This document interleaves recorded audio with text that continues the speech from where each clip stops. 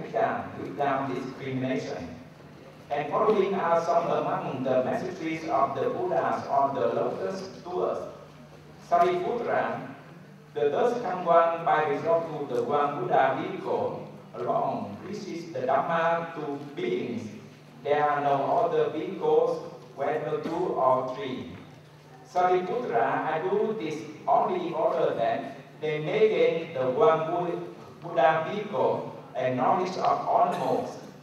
The Buddhas, the most venerable of two-legged beings, know that the Dhammas are ever without a nature of their own.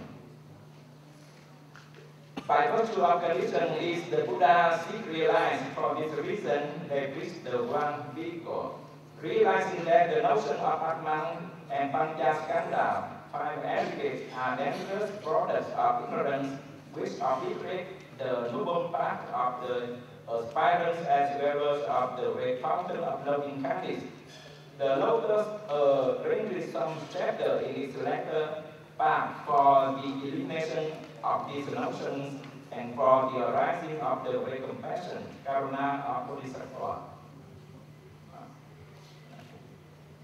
Secondly, the lotus highlights the knowledge of Prajna and the practice Sila and Karuna of the academic reality, which the two philosophical schools, that is the Madhyamika and the Yogacara of Vijnanavada, called Paramathiya Satya, or absolute truth, and Paridispan, absolute knowledge or absolute reality, respectively.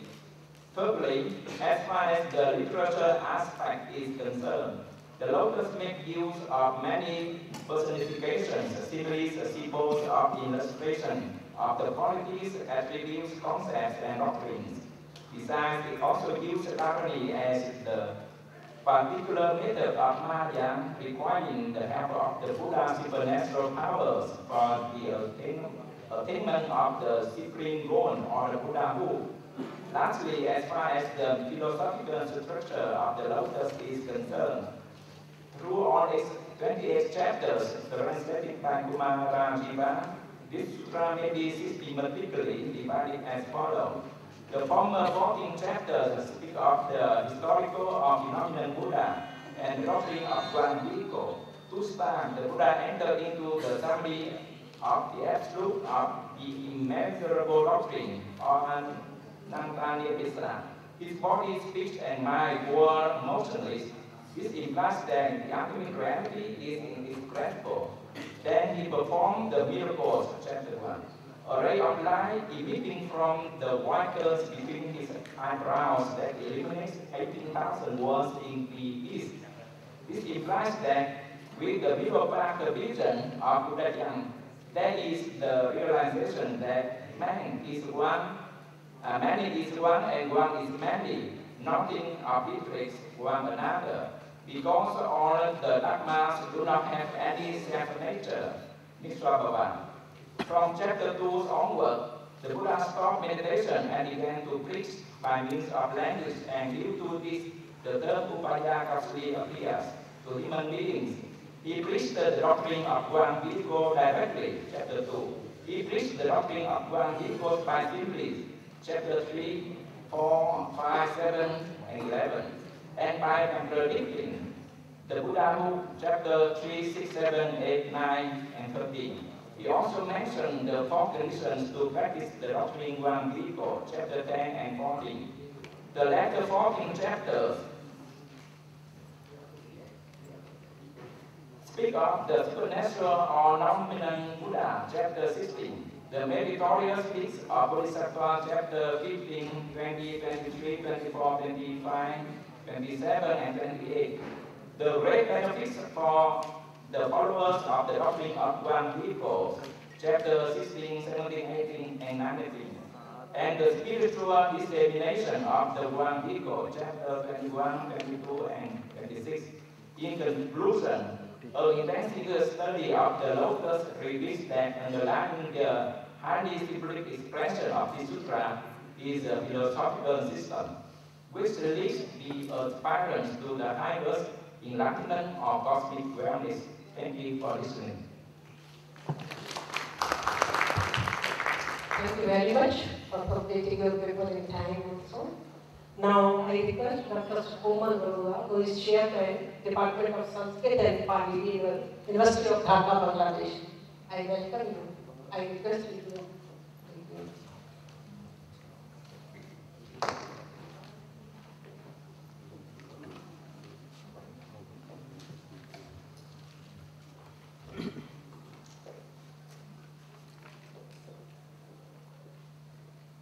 This is a very significant and historical day for the Indian people and other Buddhist countries of the world.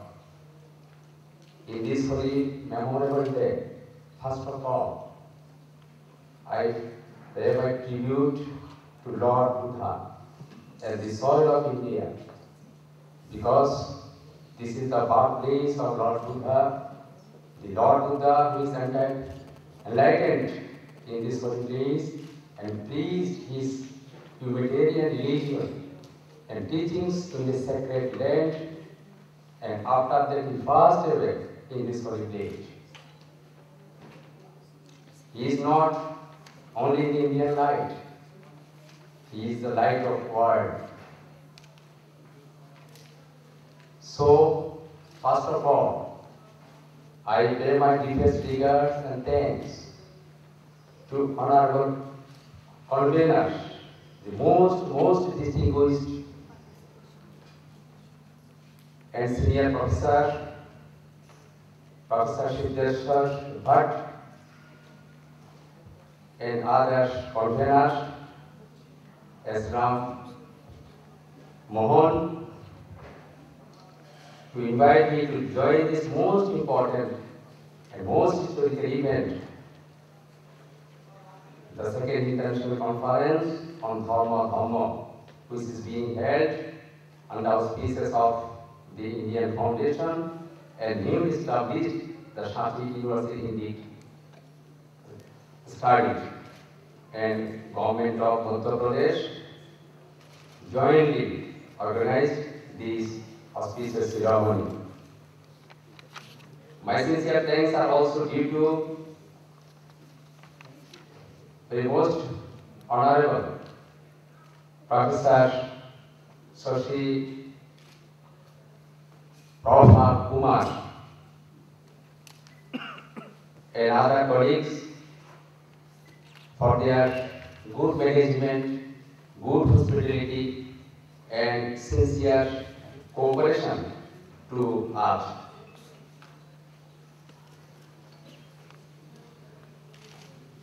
And you know, this is the conference of Dhamma. Dhamma conference means the nature, source, and production of human quality.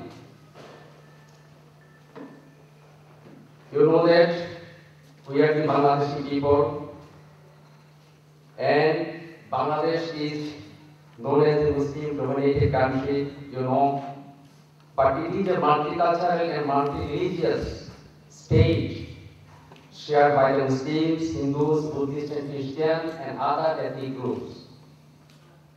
It is one of the greatest examples for the human societies of the world. So, Dhamma is the best guide for man, guide for human society.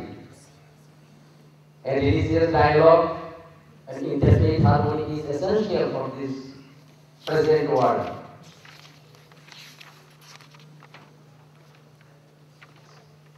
So, Buddhism teaches are very practical and derived illustrations from life.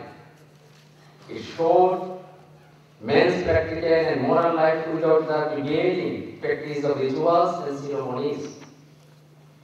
The emphasis one of the character of man, all of whom are according to him capable of attaining the Buddhahood only by their individual moral practices, that is, sila, samadhi, and panya.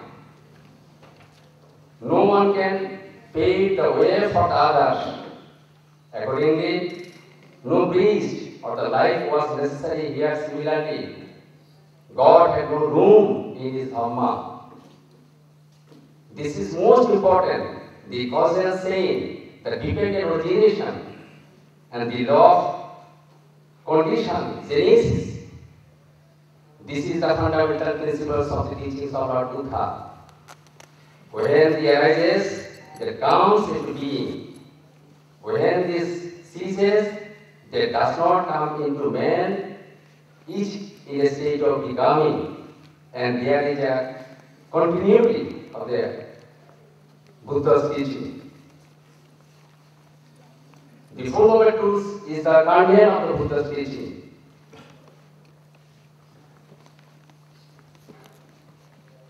Buddhism promotes the practice of 5 precepts, Panchashila, to make a good human personality and to make a good society as well as a peaceful human world. The precepts are not to kill, not to steal, not to indulge unlawful sex, not to tell lies, and not to take intoxicating substances. It also teaches the moral values taught by the Lord Buddha.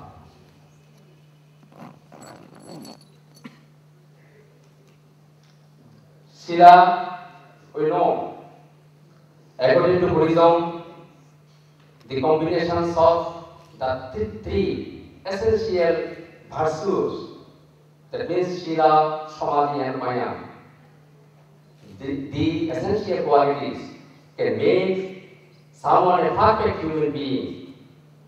This is Buddha's teachings and the main words of the Buddhism. Sila, which consists of rules, that means nature, that means principles, that means discipline, is the ingredient for building good nature and honest character for man. It is known that every man and everything is under the control. The earth, planet, star, and the seasons are rotating regularly. Nothing can be sustained if it is irregular and undisciplined. The law of cause and effect, relationships, confines everything. Gautama Buddha realized this supreme truth, supreme law from his real experience. By practicing Sila, one can keep the mind peaceful and pure. We know, Vishuddhima, go. We know, context, Dhamma Pada, Mano Bhava Dhamma, Mano Shitta Manvaya, Mano Shata Padutena, Bhata Kardiva. This is the unique teachings of Buddha in this text, uttered by Buddha. And another, Nahi Vero Verani, Sammandi Buddhacharam, awareness of Sammandi, is a Dhammasanganim.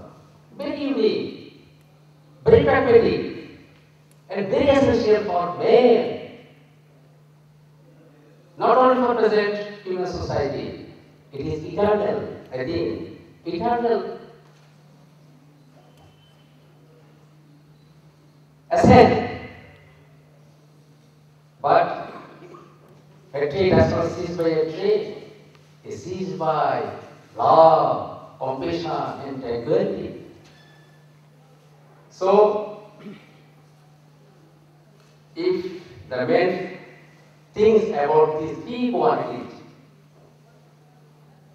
the man does not kill, does not hate, the man to man, caste to caste. So, Buddhism does not support the discrimination and without caste and creed and race, Buddhism, based on the human qualities of the compassion, and it is the main teachings of the Lord Buddha Jain. And Paya, it is another quality and another virtues of Buddha's teaching. Very important. Paya, that means wisdom. It is not one type of knowledge. And we can follow the rules of the Buddha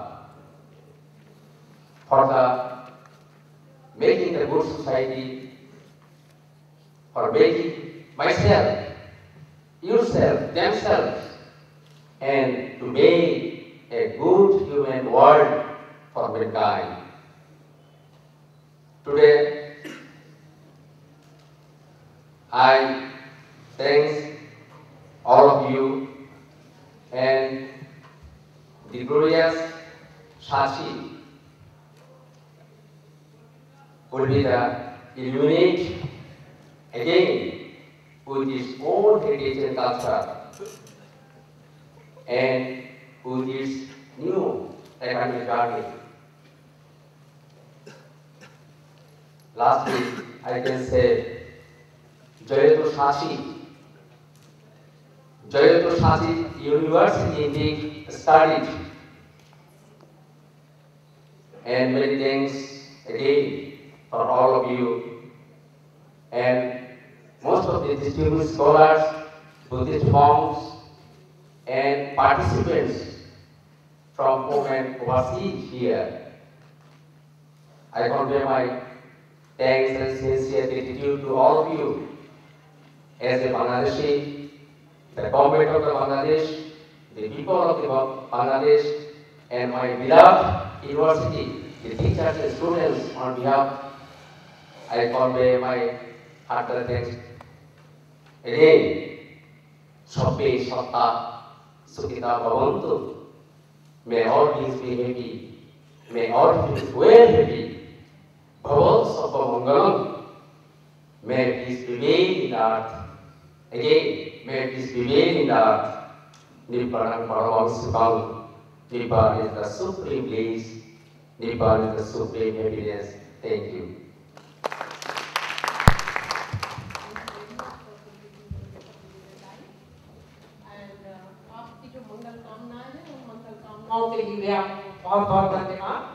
Now I request Dr. Pandey, Director Chinese Language Program, Brandeis University, USA, kindly present your paper, and time given is 15 minutes only.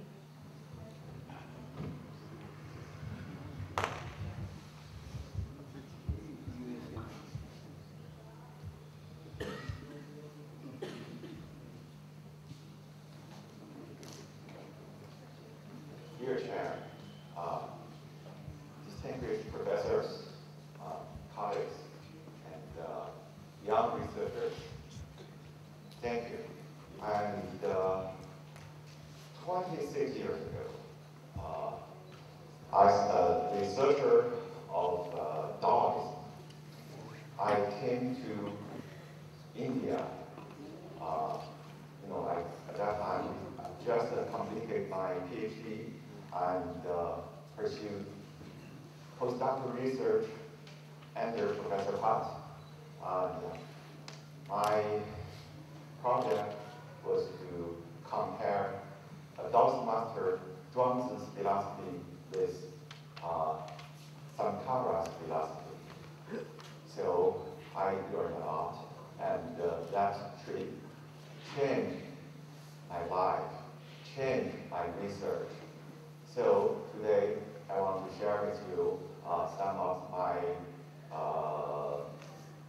research and my understanding.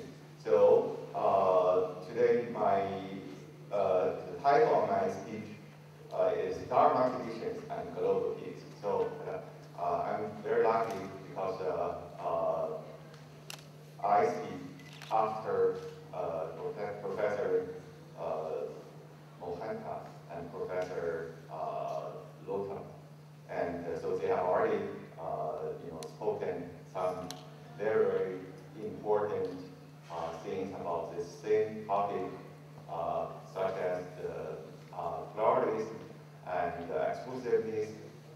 inclusiveness and the importance of interactions and dialogues between religions. And so I don't need to repeat those kind of things, but so I'll straightforward to go to the Dharma dialogue.